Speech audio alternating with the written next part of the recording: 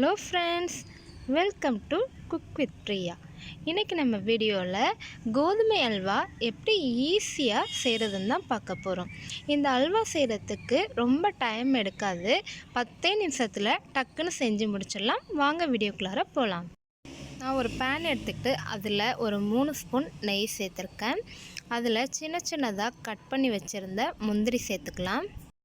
முந்திரி நல்லா golden brown colour ஆகிடுச்சு. இப்போ இதை எடுத்து தனியாக வச்சிடலாம்.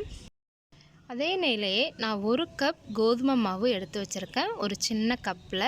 அதை நல்லா கோல்டன் ப்ரௌன் கலர் வர வரைக்கும் இந்த நெய்லையே ரோஸ்ட் பண்ணி எடுத்துக்கலாம். கோதுமை இந்தளவுக்கு நல்லா கலர் சேஞ்ச் ஆகிடுச்சு. இப்போ தண்ணி சேர்த்துடலாம். நான் வெந்நீர் தான் சேர்க்குறேன். 1 கப் கோதுமைக்கு 3 கப் வெந்நீர் கரெக்டாக இருக்கும்.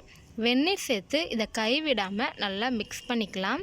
ஃபஸ்ட்டு நம்ம மிக்ஸ் பண்ணுறப்ப அது கட்டி கட்டியாக இருக்கிற மாதிரி தான் இருக்கும். ஆனால் கொஞ்சம் நேரம் கழித்து பார்த்திங்கன்னா அது நல்லா நைஸாகிடும். இப்போ இந்த அளவுக்கு நல்லா நான் மிக்ஸ் பண்ணி எடுத்துக்கேன். இது இன்னுமே நல்லா கெட்டியாகிற வரைக்கும் நம்ம வெயிட் பண்ணலாம். இது உடனே கெட்டியாகிடும், ரொம்ப டைம்லாம் எடுக்காது. இப்போ அல்வா இந்தளவுக்கு நல்லா கெட்டியாக சுருண்டு வந்திருக்கு. இந்த டைமில் நான் ப்ரௌன் சுகர் சேர்த்துருக்கேன். 1 கப் கோதுமை மாவுக்கு 1.25 கப் ப்ரௌன் சுகர் கரெக்டாக இருக்கும். நமக்கு இனிப்பு அவ்வளோ வேணாம் அப்படின்னு நினச்சிங்கன்னா 1 கப் கரெக்டாக இருக்கும். இப்போ 1.25 கப் சுகர் சேர்த்து இதை நல்லா கரையிற வரைக்கும் மிக்ஸ் பண்ணி எடுத்துக்கிறேன். சுகர் எல்லாமே இந்த அளவுக்கு கரைஞ்சிருச்சு. இப்போ இதில் ஒரு 1/4 ஸ்பூன் நான் வாசனைக்கு ஏலக்காய் தூள் சேர்த்துருக்கேன்.